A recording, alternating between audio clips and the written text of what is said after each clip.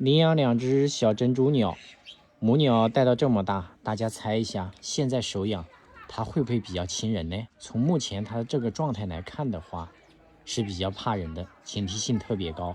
今天是第1天，鸟的体型越小，它成长的速度越快。再过3、5天，它们就会飞了，所以我们要抓紧时间培养。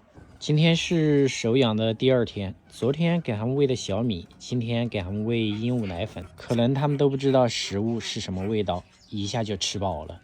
我打的速度还挺快的。手养小珍珠鸟的第3天，长得还挺快的。带它们晒一下太阳，每次把它们喂饱之后，有时间就放到手上抚摸一下，增加它对我们的依赖性和信任度，让它们知道我们对它们是没有伤害的。手养珍珠鸟的第4天，它每天其实是住在食盒里面的，因为块头比较小，这个食盒住个3、5只都是不成问题的。放在小树枝上面，增加它们爪子的抓力。其实这么大的时候已经可以飞了。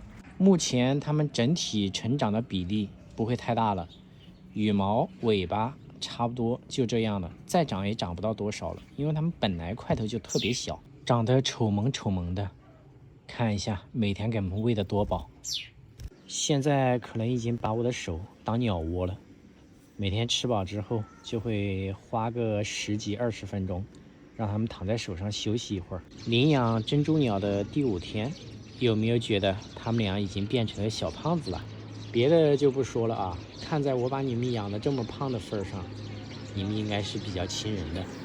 今天就来测试一下，过来，过来，赶紧上来呀！哎，这就对了嘛，你也要抓紧时间哦。对的，非常棒，还不错。看来这5天没有白养你们哦。再试一下，过来，过来。哇，你的速度真的快呀！另外一个，抓紧时间。嘿嘿，还可以，还可以。真的是这几天感情没有白培养。这才多久没吃东西，又饿了。试一下能不能飞手。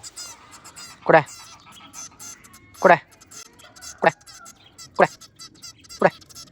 过来，这空军还是不行呐，陆军已经差不多了。就知道在这里叫。过来，就不能飞一下吗？完了，这俩小子，刚还在夸你们呢。哎，他们还没有飞过，所以说再适应2天应该差不多了。翅膀都这么长了。过来，就知道原地张嘴。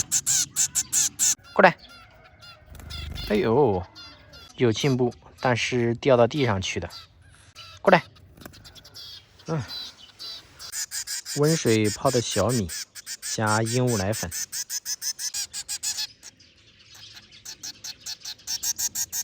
吃吧。用注射器给它们喂，吃的挺快的，用勺子就比较慢，需要一定的耐心，慢慢喂吧。已经喂饱了，下一步就要训练它们飞行了。